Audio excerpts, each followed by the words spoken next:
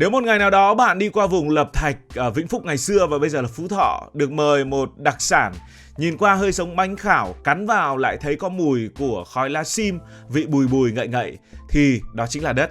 Cảm giác đầu tiên có lẽ nhiều người sẽ thấy sốc, nhưng điều thú vị là với người dân địa phương, chuyện này lại bình thường như việc chúng ta ăn kẹo lạc hay là nhâm nhi hướng dương. Câu chuyện này có vẻ như là một giai thoại lạ đời, nhưng mà càng tìm hiểu, bạn sẽ nhận ra rằng đây không phải là thứ gì đó quái dị, mà là một phần rất thật của con người. Thậm chí nó còn có tên gọi khoa học đàng hoàng, dịch ra là trứng ăn đất.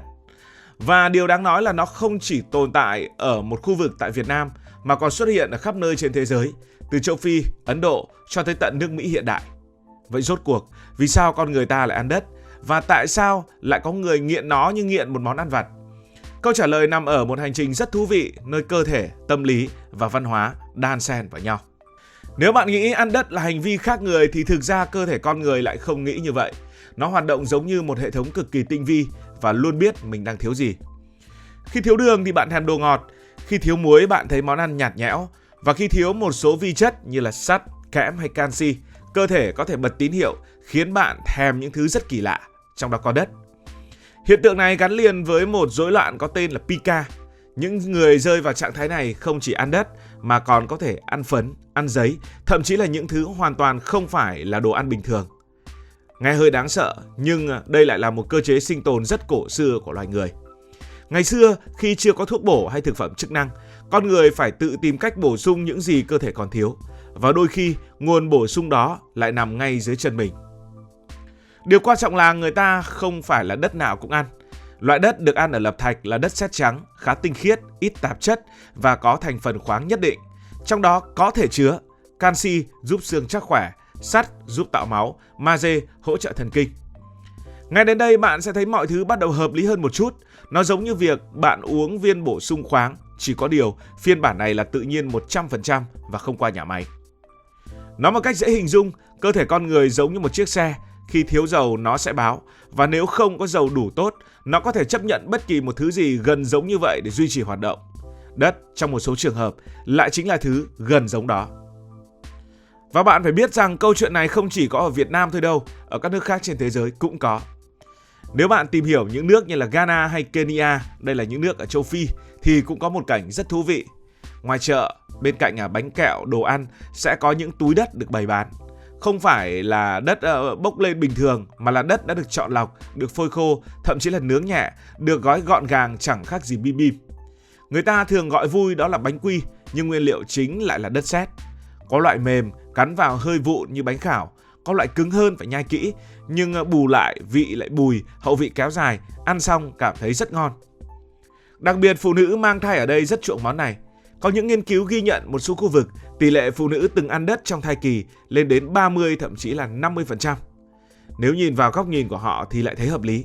Khi mang thai, nhu cầu sắt tăng lên để tạo máu cho cả mẹ và thai nhi. Nhưng khẩu phần ăn không phải lúc nào cũng đủ, đặc biệt ở những vùng kinh tế khó khăn, và thế là cơ thể người bật chế độ tự cứu. Mình có nghe những giai thoại về ngày xưa một số bà bầu ở Việt Nam thậm chí là còn cạo cái vách mà chát bằng đất ấy ra và ăn. Nó khiến người ta thèm những thứ có thể bổ sung khoáng mà đất sét, đặc biệt là loại chứa kaolin lại vô tình đáp ứng được một phần nhu cầu đó. Thậm chí có người còn nói rằng ăn đất giúp giảm buồn nôn trong thai kỳ, giống như một loại thuốc tự nhiên. Nhưng cái hay nhất không nằm ở chuyện dinh dưỡng mà ở chuyện gu. Người ăn đất lâu sẽ phân biệt được đất nào ngon, đất nào dở. Có loại được đánh giá là mịn, thơm không sạn, có loại bị chê là khô, nhạt và không ăn. Đúng là những người sành thì kiểu gì họ cũng có thể đánh giá được. Và chuyện này thì không chỉ có ở châu Phi đâu. Nhắc đến nước Mỹ, chúng ta sẽ nghĩ đến hamburger, gà rán, công nghệ, AI, chứ ít ai nghĩ đến chuyện ăn đất. Nhưng ở bang Georgia có một thứ được gọi là đất trắng ăn được, và nó tồn tại từ rất lâu. Nó là một truyền thống đặc biệt phổ biến ở vùng miền Nam nước Mỹ. Loại đất này thường là kaolin, một loại đất sét trắng, mịn, sạch và ít tạp chất. Người ta đào lên, làm sạch, phơi khô rồi cắt thành từng cục nhỏ. Điều thú vị là ngày nay bạn hoàn toàn có thể mua đất ăn trên mạng ở Mỹ. Có những người review hẳn hoi, ví dụ loại này giòn hơn, loại kia mềm hơn, loại nọ tan trong miệng tốt hơn. Nghe chẳng khác nào review bim bim hay bánh kẹo.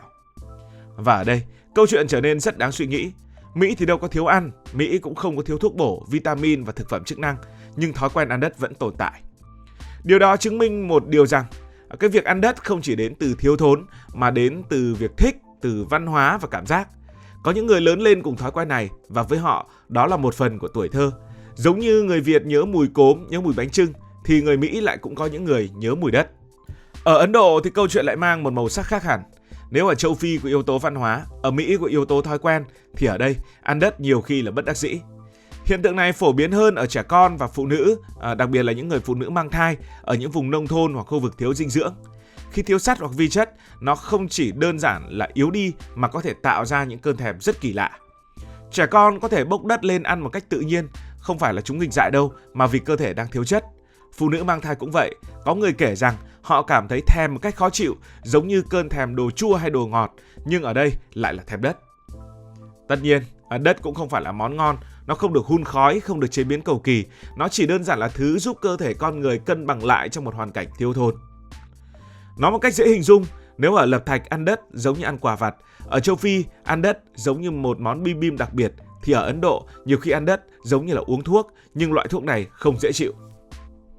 Khi đặt những câu chuyện này cạnh nhau, châu Phi, Mỹ, Ấn Độ, bạn sẽ thấy một điều thú vị. Cùng là ăn đất, nhưng ở châu Phi nó là món ăn có gu, ở Mỹ là thói quen mang tính văn hóa, ở Ấn Độ là phản xạ sinh tồn. Nhiều hoàn cảnh khác nhau nhưng cùng dẫn đến một hành động, đó là ăn đất. Điều đó cho thấy ăn đất không phải là một dị tật kỳ quặc mà là một phần rất sâu trong bản năng của con người. Cơ thể thiếu nó phải tìm cách bù, não thấy dễ chịu nó sẽ tạo thành thói quen. Và khi cuộc sống chấp nhận thì nó lại trở thành văn hóa. Và thế là từ một thứ nằm dưới chân tưởng như chẳng ai nghĩ đến, đất lại trở thành một món ăn và thậm chí là một phần bản sắc của nhiều nơi trên thế giới. Quay lại với câu chuyện ở Lập Thạch. Ban đầu có thể chỉ là thử một miếng vì tò mò. Người ta cắn vào thấy bùi, thấy lạ và cảm thấy rất là ngon. Rồi lần sau ăn lại, lần nữa lại ăn. Não bộ lúc này bắt đầu làm việc. Nó ghi nhận cảm giác dễ chịu và tiết ra dopamine, thứ chất khiến bạn thấy vui. Và khi đã thấy vui, não sẽ muốn lặp lại hành trình kia. Dần dần, việc ăn đất không còn là thử nghiệm nữa mà trở thành một thói quen. Và từ thói quen nó có thể tiến tới một dạng nghiện nhẹ. Cái hay ở đây là cơ chế này không khác gì việc chúng ta nghiện cà phê, nghiện trà sữa hay nghiện ăn vặt. Chỉ khác là đối tượng ở đây nó hơi đặc biệt một chút. Ở Lập Thạch, đất không chỉ là thứ để ăn, nó còn là một phần của đời sống. Người ta mời nhau ăn đất như một cách giao tiếp, nó giống như việc mời trà hay mời trầu. Nó là cái cớ để bắt đầu câu chuyện. Ngày xưa, đất ăn còn được bán ở chợ như một mặt hàng phổ biến. Người từ nơi khác cũng tìm đến mua về làm quà và tò mò. Điều đó cho thấy nó từng là một phần rất sống động của đời sống người dân. Và một khi hành động này được lặp lại qua nhiều thế hệ, nó không còn là một hành động bình thường nữa, nó trở thành văn hóa. Người trong cuộc thấy bình thường, còn người ngoài như chúng ta phần lớn lại thấy lạ. Đó chính là bản chất của mọi nền văn hóa trên thế giới. Trong một số trường hợp, đất sét sạch có thể giúp hấp thụ độc tố nhẹ, giảm khó chịu dạ dày, bổ sung một phần khoáng chất. Nhưng nếu nhìn tổng thể thì rủi ro vẫn lớn hơn nhiều so với cái lợi. Đất có thể chứa vi khuẩn, ký sinh trùng hoặc kim loại nặng. Nếu ăn thường xuyên, nguy cơ tắc ruột, ngộ độc hay rối loạn tiêu hóa hoàn toàn là có thật. Vì vậy trong y học hiện đại, ăn đất không được coi là một thói quen an toàn. Nhìn lại toàn bộ câu chuyện, bạn sẽ thấy điều thú vị nhất không nằm ở việc ăn đất mà nằm ở cách con người phản ứng với thế giới. Cơ thể thiếu chất thì tìm cách bù, não thấy dễ chịu thì tạo thói quen, xã hội lặp lại thì biến nó trở thành văn hóa. Từ một việc tưởng như kỳ lạ, nó trở thành một phần của cuộc sống, một câu chuyện được truyền từ đời này sang đời khác. Nó giống như một lời nhắc nhở rằng con người luôn tìm cách thích nghi dù bằng những cách đôi khi rất bất ngờ. Và biết đâu, nếu bỏ qua định kiến ban đầu, bạn sẽ thấy chuyện này không phải là chuyện về đất, mà là câu chuyện về chính chúng ta. Thiếu cái gì thì phải bù cái đó. Còn bạn có dám ăn đất hay không? Hãy để lại ý kiến dưới phần bình luận. Nếu thấy thú vị, hãy nhấn nút like và đăng ký kênh. Hẹn gặp lại ở trong các video tới.